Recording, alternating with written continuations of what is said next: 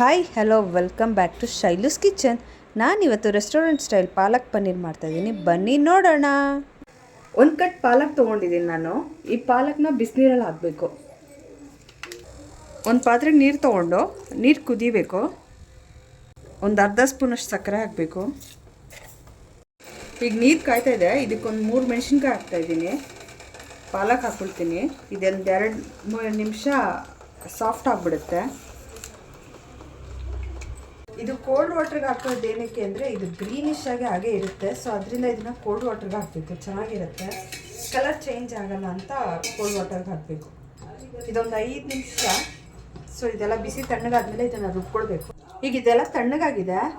So ಇದನ್ನು ಹೀಗೆ ಮಿಕ್ಸಿಗೆ ಹಾಕಬೇಕು. ನೀರೇನು ಹಾಕ್ಕೊಳಕ್ಕೆ ಹೋಗಬೇಡಿ. ಸೊ ಮಿಕ್ಸಿಗೆ ಹೀಗೆ ಹಾಕ್ಕೊಂಡು ಗ್ರೈಂಡ್ ಮಾಡ್ಕೋಬೇಕು. ಮತ್ತು ನೀರೇನು ಹಾಕೊಳ್ಳೋ ಅವಶ್ಯಕತೆ ಇಲ್ಲ, ಇದಾಗೆ ಗ್ರೈಂಡ್ ಆಗುತ್ತೆ. ಈಗ ಇದು ಗ್ರೈಂಡ್ ಮಾಡಿದ್ದೀನಿ.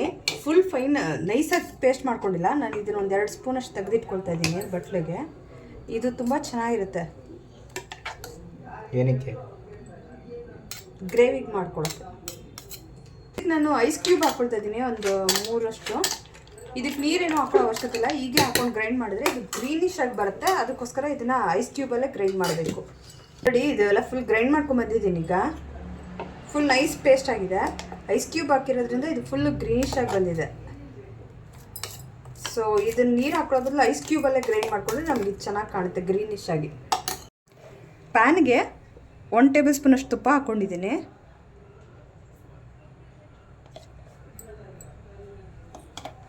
ಇಲ್ಲಿ ಎಣ್ಣೆನೂ ಹಾಕೋಬೋದು, ತುಪ್ಪ ಬೇಡ ಅಂದರೆ. ನಾನು ತುಪ್ಪ ಹಾಕ್ಕೊಳ್ತಾ ಇದ್ದೀನಿ. ಪನ್ನೀರ್ನ ಹಾಕೋಬೇಕು.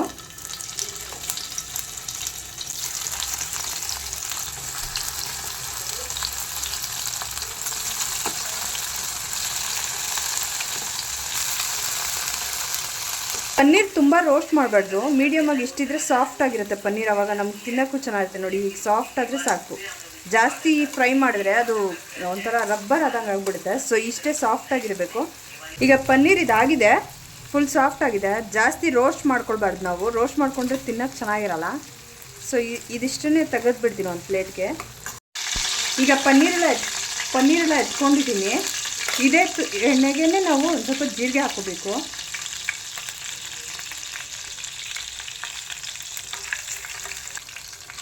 ಬೆಳ್ಳುಳ್ಳಿ ಹಾಕ್ಕೊಳ್ತಾ ಇದ್ದೀನಿ. ಬೆಳ್ಳುಳ್ಳಿ ಇಲ್ಲಿ ನಾನು 1 ಗೆಡ್ಡೆ ತೊಗೊಂಡಿದ್ದೀನಿ. ನೋಡಿ, ಇಷ್ಟೇ ಆಗಬೇಕು. ಈಗ ಇದಕ್ಕೆ ಈರುಳ್ಳಿ ಹಾಕ್ಕೊಳ್ತೀನಿ.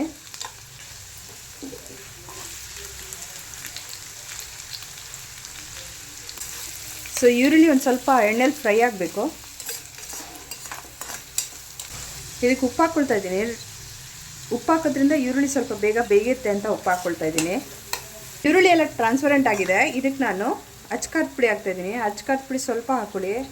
ಆಮೇಲೆ ಇದಕ್ಕೆ ಧನಿಯಾ ಪುಡಿ ಒಂದು ಅರ್ಧ ಟೇಬಲ್ ಸ್ಪೂನಷ್ಟು ಹಾಕ್ತೀನಿ.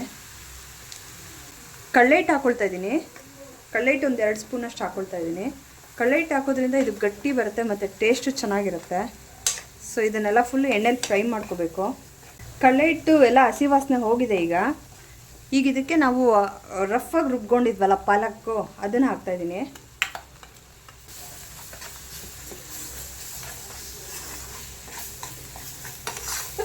ನೋಡಿ, ಈಗ ಇದೆಲ್ಲ ಇದಾಗ್ತಾಯಿದೆ, ಎಣ್ಣೆ ಬಿಡೋಂಗೆ ಆಗ್ತಾಯಿದೆ.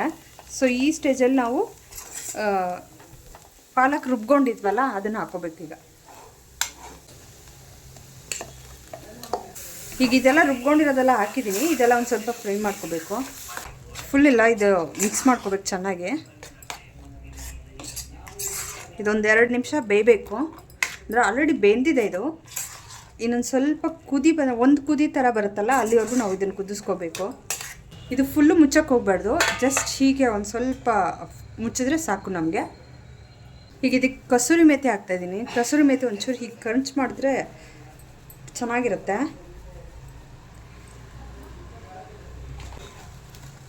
ಇದು ಸ್ಕಿಪ್ ಮಾಡಬೇಡಿ, ತುಂಬ ಟೇಸ್ಟ್ ಚೆನ್ನಾಗಿ ಕೊಡುತ್ತೆ. ಇದೊಂಚೂರು ಎಲ್ಲ ಫ್ರೈ ಆಗಬೇಕು ಚೆನ್ನಾಗಿ. ಫ್ರೆಶ್ ಕ್ರೀಮ್ ಹಾಕ್ತಾಯಿದ್ದೀನಿ. ಇದೊಂದು ಕ್ರೀಮಿ ಟೇಸ್ಟ್ ತುಂಬ ಚೆನ್ನಾಗಿರುತ್ತೆ. ಇದಕ್ಕೊಂದು ಸ್ವಲ್ಪ ಹಾಲು ಹಾಕ್ಕೊಳ್ತಾ ಇದ್ದೀನಿ. ಸೊ ಇದೆಲ್ಲ ಒಂದು ಸ್ವಲ್ಪ ಕುದಿ ಬರಬೇಕು. ಈಗ ಇದೆಲ್ಲ ಕುದೀತಾ ಇದೆ. ಈ ಕುದಿಯೋ ಸ್ಟೇಜ್ಗೆ ನಾವು ಪನ್ನೀರ್ ಹಾಕೋಬೇಕು.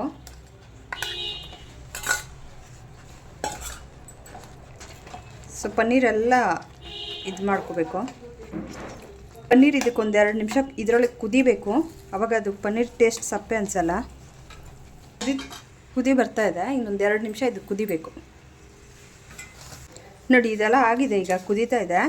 ಈಗ ಇದನ್ನು ಆಫ್ ಮಾಡಿಬಿಟ್ಟು ಒಂದು ಒಗ್ಗರಣೆ ಮಾಡ್ಕೋಬೇಕು. ಒಗ್ಗರಣೆಗೆ ಬರೀ ಬೆಳ್ಳುಳ್ಳಿ ಮಾತ್ರ ಹಾಕ್ಕೊಳ್ತೀನಿ, ಬೆಳ್ಳುಳ್ಳಿ ಮತ್ತು ಜೀರಿಗೆ. 1 ಟೇಬಲ್ ಸ್ಪೂನಷ್ಟು ತುಪ್ಪ ಹಾಕ್ಕೊಂಡಿದ್ದೀನಿ.